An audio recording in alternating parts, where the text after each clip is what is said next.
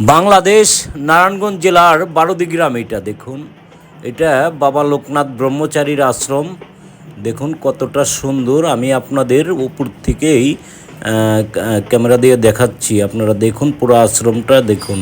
আমি চেষ্টা করব পুরো আশ্রমটা দেখানোর জন্য। আপনারা ভিডিওটি শেষ পর্যন্ত দেখুন।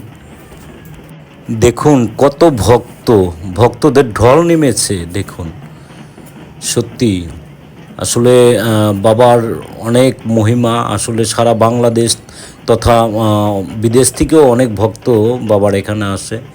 দেখুন আজ বিশেষ একটি দিন ছিল। হাজার হাজার ভক্ত এখানে আসছে বাবার কাছে। এখানে জাতি ভেদাভেদও নাই। আপনার অন্য সম্প্রদায়ের লোকজনও এখানে আসে বাবার কাছে। আমি অনেক উপর থেকে ক্যামেরাটা ধরছি জাস্ট আপনাদের দেখানোর জন্য। দেখুন হাজার হাজার ভক্ত। বাবার আশ্রমটা কিন্তু অনেক বড়। আমি তো আসলে পুরো আর উপর থেকে কতটাই দেখানো যায়, যতটুকু দেখানো যায় আমি ততটুকুই দেখাচ্ছি। দেখুন এটা বাবার মেন বিগ্রহ। বাবা এখানেই থাকতেন। এই যে বাবার উপরে ওই বাবা ছুনের ঘরে থাকতো, তো এর জন্যে উপরে ঘরটা একেবারে সব কিছুর উপরে আপনার ছন রাখছে। আমাদের ভাষায় যেটা বলি আমরা ছন বলি। দেখুন এটা বাবার মেন বিগ্রহ এই জায়গাটার মধ্যেই। জয় বাবা লোকনাথ। আমি ভিতরে দেখাচ্ছি আপনাদের বাবার মেন বিগ্রহটা। দেখুন আপনারা, আমি ভিতর দিকে দেখাচ্ছি নিয়ে।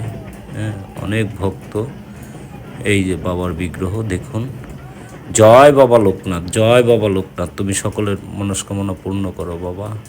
দেখুন আসলে বিশেষ একটি দিন। অন্নপ্রাশন ডেট ছিল। সারা বাংলাদেশ থেকেই অনেক মানুষ এখানে অন্নপ্রাশন, বাচ্চাদের অন্নপ্রাশন দেওয়ার জন্য এখানে এসেছে। দেখুন আমি উপর থেকে দেখাচ্ছি। দেখুন কতটা সুন্দর। আমি তো আপনাদের এটা সামনের সাইডটা দেখাইতে পারলাম। আমার আসলে পিছনের সাইডটা তো দেখানোর মতো এরকম কোনো সিস্টেম নাই।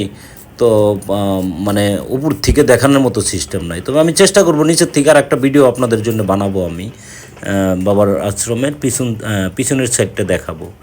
সামনে প্লাস পিছন মানে উভয় সাইডটাই দেখাবো। ঠিক আছে, দেখুন কত সুন্দর।